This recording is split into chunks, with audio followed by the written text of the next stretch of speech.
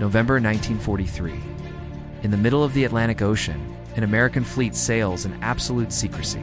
Aboard the flagship is the most powerful man in the world, President Franklin Delano Roosevelt.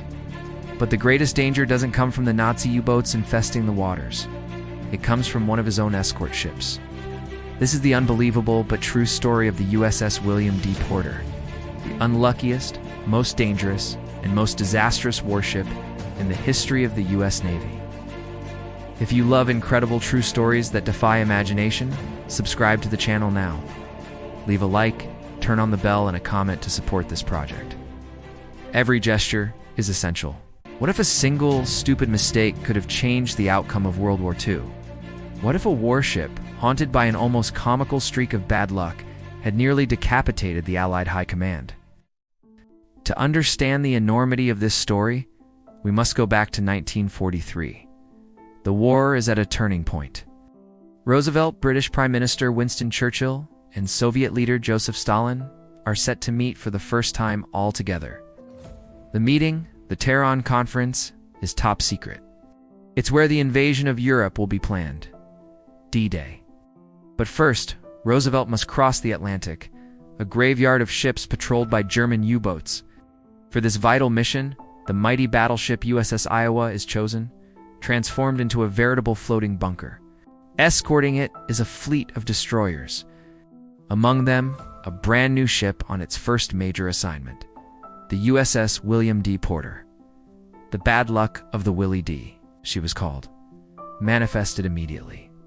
Before even leaving port in Virginia, while raising its anchor, it mistakenly snagged the ship next to it, ripping away railings, life rafts, and a large part of the deck. Not a good start, but the worst was yet to come. Once at sea in the middle of the convoy, a powerful explosion rocks the fleet. Total panic. Everyone thinks it's a U-boat attack. Ships begin evasive maneuvers. The reality? A depth charge from the Willie D had accidentally slipped off the deck and detonated by mistake. Shortly after, a large rogue wave crashes over the ship, sweeping a sailor and all his gear overboard, lost to the sea. The crew begins to think their ship is cursed. They have no idea how much worse things are about to get. To impress the president, the fleet commander decides to simulate an aerial and torpedo attack. Roosevelt, thrilled, has his chair moved to the deck of the Iowa to watch the show. The destroyers begin their maneuvers aboard the Willie D.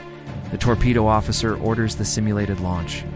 But in the heat of the moment, a sailor named Lawton Dawson forgets one crucial detail: to remove the primer from torpedo tube number 3.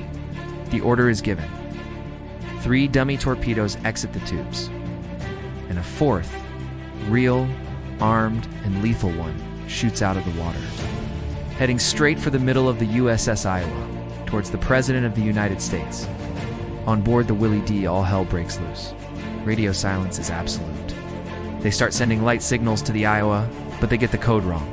First signaling that the torpedo is going in the opposite direction, then that the Willie D is reversing at full speed. Time is running out. In an act of desperation, the captain of the Willie D breaks radio silence, yelling, "Lion, lion. Turn right, turn right." On the Iowa, alarm sirens blare. The massive battleship turns sharply, dodging the torpedo, which explodes in its wake, less than 200 meters away. The reaction is immediate. The entire crew of the USS William D. Porter is placed under arrest. It is the first and only time in history such a thing has happened. The ship is diverted to Bermuda for questioning. Seaman Dawson confesses his fatal mistake. But incredibly, President Roosevelt himself intervenes, asking that no one be punished, as it was just an accident. The ship's sentence, however, is another matter. The Willie D is exiled to the Aleutian Islands, Alaska, cold, remote outpost, far from any important operations. Its reputation is forever sealed.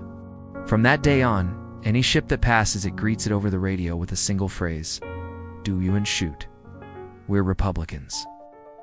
Redeemed, the Willie D is sent to fight in the Pacific during the bloody Battle of Okinawa.